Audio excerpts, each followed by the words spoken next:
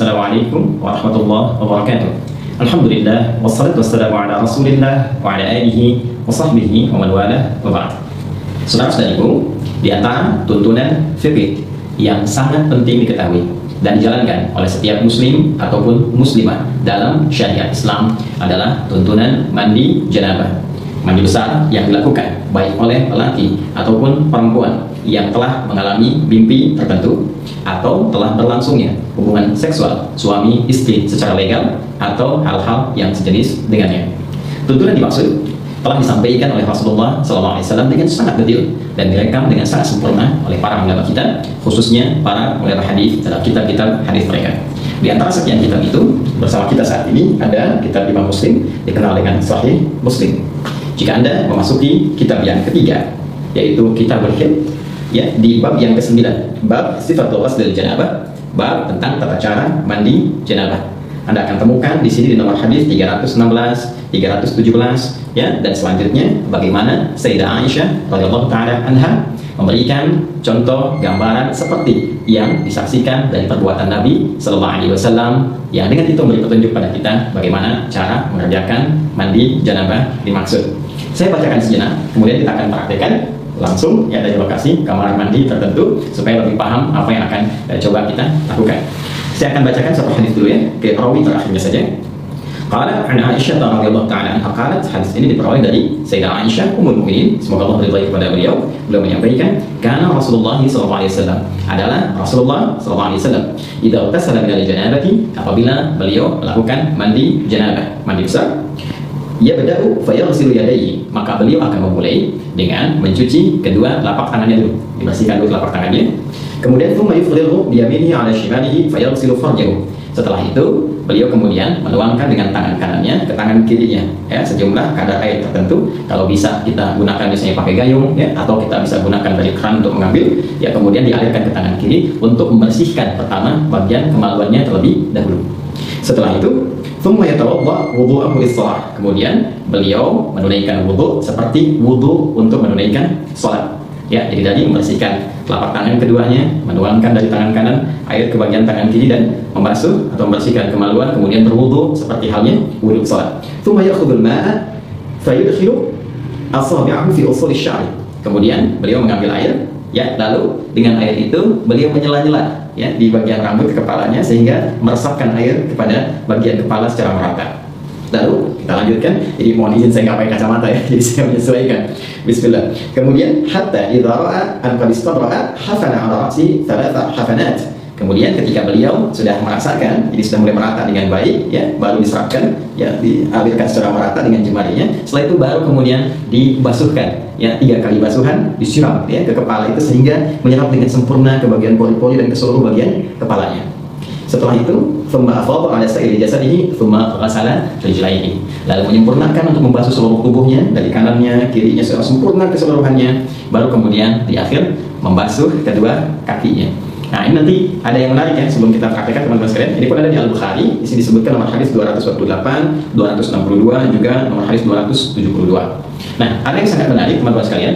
Saat beliau mempraktekkan tata cara mandi janabah ini dalam perihal wudu. Jadi yang hadis pertama menerangkan kepada kita dalam wudu ini dilakukan seperti halnya sholat, tapi membasuh kakinya diakhirkan, ya, membasuh kakinya diakhirkan. Jadi setelah kemudian tuntas keseluruhan, ya, kemudian sampai dari kumur-kumur, ya, setelah itu istinsyar wajah, tangan sampai siku, kemudian kepala, kemudian telinga. Nah, ini kaki nggak dibasuh dulu.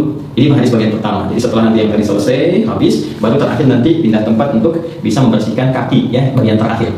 Nah, kemudian ada pun hadis yang keduanya itu menyempurnakan keseluruhannya dalam wudu, jadi sampai dengan kaki, baru kemudian bisa dilakukan seperti yang tadi, sela-sela, bibir kepala, kemudian sampai dengan selesai dan tuntas.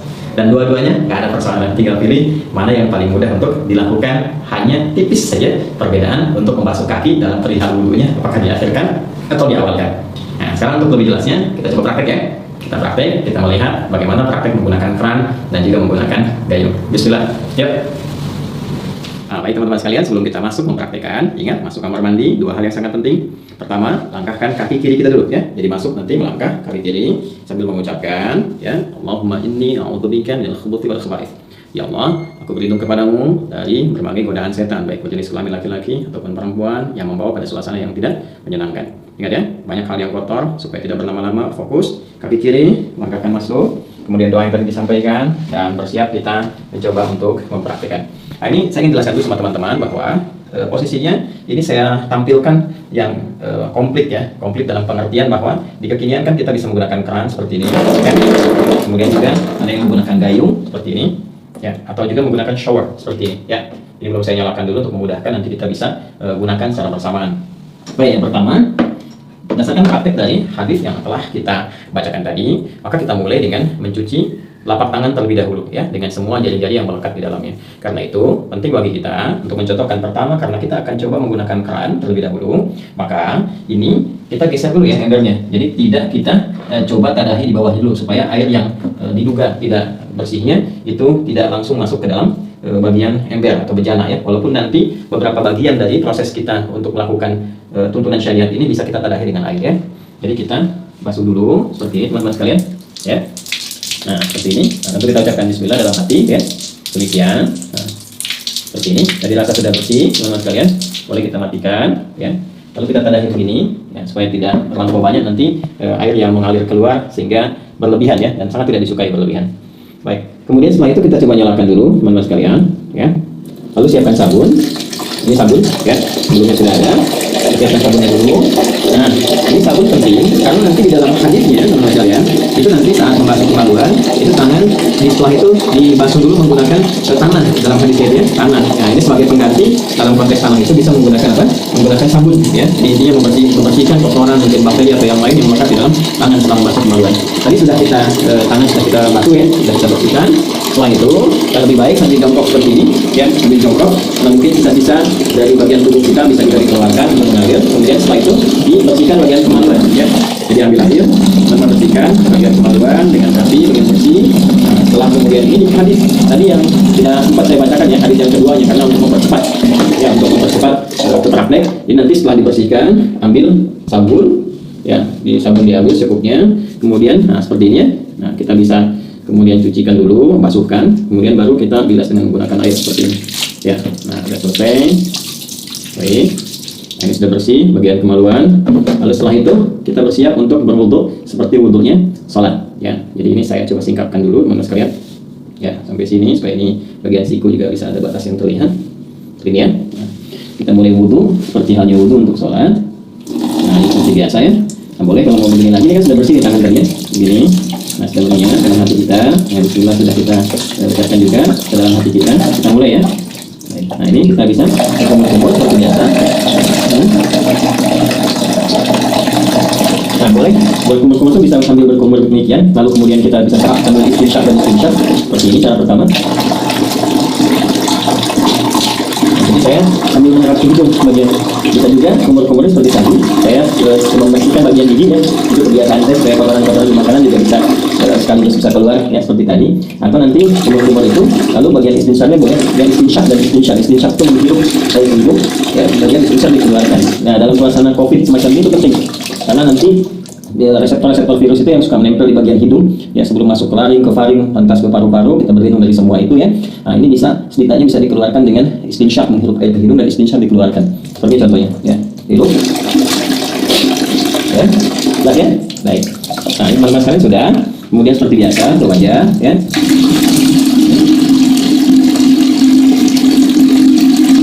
Nah, teman-teman, ya, ingat yang pernah saya contohkan. Jadi ngambil air, ini saya ambilkan. Ini nggak apa-apa saya angkat ini karena saya tadah di bawah, ya. Ya, seperti ini. Lihat baik-baik. Nah, begini. Ini yang jempol, ya, ke bagian belakang telinga begini. Lalu seperti ini, teman-teman. Nah, tadi sudah begini ke bagian belakang, begini. Nah, yang telunjuk ke sini untuk membersihkan bagian ujung-ujung mata. Tuh. Kalau yang ada jenggot dimulai seperti ini, ya. Baik, seperti biasa 2-3 kali, jadi boleh 2 kali, boleh 3 kali untuk menyempurnakan. Saya contohkan seperti itu saja, ya. Jadi kemudian teman-teman, nah ini kalau biasanya saya kalau nggak pakai tanda di bawah seperti di tempat wudhu masjid atau apa, ini dibuka, nanti biasanya saya matikan dulu gini. Tuh, ya, tangan sampai siku seperti biasa, kanan dulu, oke, selesai, ya. Lalu setelah itu biasa yang kirinya, ya, ini 2 kali, bisa 2 kali, ya, sampai 3 kali, baru setelah 2-3 kali kiri, ya. Nah, ini juga sama, ya, 2-3 kali, teman-teman sekalian. 2-3 kali itu ambil air lagi, ya, kalau kita mau rasakan gini nggak ada masalah sekali. Setelah itu bagian kepala, kita rasakan ya, diusap sini ke belakang, balikan kembali ya. Boleh langsung ke telinga begini ya, seperti ini boleh ya, atau juga bisa teman-teman lakukan kepala dulu, balik, kemudian ambil air lagi untuk telinga ya. Nah, bagian kaki ini bisa kita lakukan sekarang ya, seperti biasa, wudhu biasa. Bagian kakinya misalnya seperti ini ya, ambil begini kan, nah ini ya, ya kemudian jari-jari jangan lupa nah, seperti ini ya, sampai lagi ya, ke kanan, kemudian juga yang kiri ya, disempurnakan teman-teman seperti biasa teman-teman lakukan ya, yang kirinya. Nah ini boleh dulu bersihkan ujung-ujungnya seperti ini ya, nah, seperti ini. Nah ini kalau teman-teman mau lakukan hadis yang pertama, bisa yang kedua ini nggak dibasuh dulu kaki ya, setelah selesai tadi ke kepala, ke telinga, jadi langsung kemudian melakukan ke yang selanjutnya, tahap selanjutnya. Apa itu? Yaitu ambil air seperti ini ya, bisa kita tumpahkan dulu sedikit seperti ini, lalu di sela-sela sini ya, sampai kita merasakan pori-pori kepala itu sudah mulai basah ya, begini ya teman-teman sekalian. Nah kita bisa ambil lagi, ini biar kamu nanti nggak apa-apa, nanti terakhir kita dari kayu ya. Nah seperti ini, nah, saya letak, nggak ada beda lagi-lagi dengan perempuan ya. Nah, seperti ini menurut saya ya. Nah setelah itu cukup, bisa sekali, bisa 2 kali ya. Setelah itu teman-teman disebutkan dalam hadis, kemudian lagi mengambil air tertentu, bisa dengan ini, bisa dengan tadi kan dengan ini ya, dengan kepalan, bukan kepalan terbuka begini ya, antara telapak tangan kanan kiri disatukan gini, kemudian disiramkan ke kepala, untuk ke kepala dulu, meratakan kepala seperti ini ya. Nah, jadi bisa aja sebenarnya pakai telapak tangan ke kepala dulu, tadi kan sedikit-sedikit ya di sela-sela.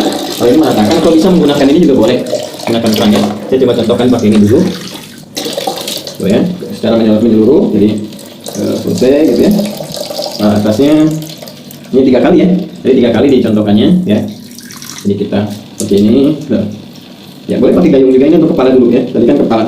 Nah baru setelah itu disiram ya, siram di seluruh tubuh, jadi sudah merasakan rata, sudah enak ya. Nanti ada hikmahnya loh, kenapa kepala dulu gitu, itu ada hikmahnya ya, termasuk nanti terkait dengan kesehatan kesegaran tubuh dan juga bagaimana menghidupkan kembali semangat dalam beraktivitas supaya nggak malas, lemas, kemudian daya pikir jadi kuat dan sebagainya ya. Lalu kemudian membantu secara sempurna dari bagian kanan sampai kiri sampai dengan selesai. Ini kalau kepala sudah terus dari sini ya, nah sudah selesai, terus rasakan ya, ini juga penting ini, terus rasakan sampai dengan selesai ya, sampai selesai semuanya ya. Sabun seperti biasa. Nah kalau pakai shower, nah ini ya di atas ini. Nah ini saya turunin dulu ya, biar memudahkan, biar nggak ini sama kamera kan, ini bisa begini juga ya. Nah ini tinggal begini aja, atau dipasang di atas seperti tadi ya. Nah ini pasangkan lagi, nah kemudian seperti ini. Nah ini lebih rata ya, ke kanan ini pakai apa, pakai sabun dan seterusnya. Nah kemudian selesai teman-teman sekalian. Nah ya, jadi ini sudah disabunin, beratkan semua. Nah kalau bagian pertama tadi yang kakinya belum dibasuh, belum dibersihkan, maka berpindah tempat ya. Berpindah tempat tuh gini, supaya tidak teraliri oleh air yang tadi sudah kita basuhkan ke tubuh kita, sehingga masih bercampur kotoran-kotoran yang mungkin tidak mengalir sempurna, itu ya hikmahnya. Maka berpindah sedikit, pindah sedikit kan. Kemudian kita mulai basuh kaki ya, yang tadi belum terbasuh dalam wudhu tadi pada hadis yang pertama. Boleh kita basuhkan sesuai seperti yang dalam apa namanya wudhu, kita ambil saya gini ya, kita masukkan. Nah seperti ini ya, ini basuh kaki secara sempurna kan, lagi nah seperti ini ya. Atau karena saat mandi tadi kan sudah dibersih, gosok-gosok, bisa tinggal begini juga bisa ya, begini bisa. Nah seperti itu. Nah cuma kalau kita ambil hadis yang kedua, kita ingin gunakan wudhunya sempurna sampai dengan ke kaki seperti tadi saya contohkan, maka yang terakhir nggak perlu dilakukan lagi ya, cukup kita siram aja untuk selanjutnya kan, selesaikan dan sudah selesai. Nah karena sudah mandi besar itu menghilangkan hadas-hadas yang besar, otomatis yang kecil juga hilang. Jadi tidak perlu kita berwudu kembali. Kalaupun ada yang ingin berwudu kembali ya tidak dipersalahkan juga. Tapi karena sudah selesai kan, tadi wudu sudah, kemudian mandinya juga sudah, jadi tidak wudu pun ya tidak menjadi persoalan, tidak perlu wudu lagi, tinggal pakai handuk ya, diselesaikan, dirapikan dan selesai tuntas. Nah ini teman-teman admin nggak bawakan handuk, jadi saya harus keluar untuk contohkan dulu, keluar kamar mandi dengan menggunakan kaki kanan. Ya kita keluarkan menggunakan kaki kanan seperti ini ya, sambil kita mengucapkan ghufranaka ya, ghufranaka alhamdulillahilladzi adhaba 'anil adha wa 'afani ya, ya Allah ampuni kami, ya Allah maafkan, karena saat tadi di kamar mandi kan kita nggak berpikir ya, nggak mengucapkan kalimat thayyibah dan dalam situasi tempat yang tidak bersih dan penuh dengan godaan-godaan setan. Kemudian kita juga bersyukur pada Allah, segala puji bagi Allah yang telah menghilangkan berbagai gangguan dan menyehatkan kita setelah kita mandi kembali. Jadi mandi itu ada kaitan dengan kesehatan, kekuatan. Nah, itu Islam mengajarkan kita. Teman-teman sekalian, itu yang bisa di-share, disampaikan. Wah, ini udah dicontohkan sepenuh hati, fisik dan jiwa. Jadi kalau belum jelas juga ya tinggal berikan petunjuk dengan cara apa lagi saya mesti mengajarkannya. Ini hadis yang sudah ditampilkan, maknanya sudah disampaikan, bahasa-bahasa juga udah. Tinggal mudah-mudahan bermanfaat. Ya, saling mendoakan. Terima kasih. Subhanallah wa bihamdihi asyhadu an la ilaha illa anta astaghfiruka wa atubu ilaik. Assalamualaikum warahmatullahi wabarakatuh.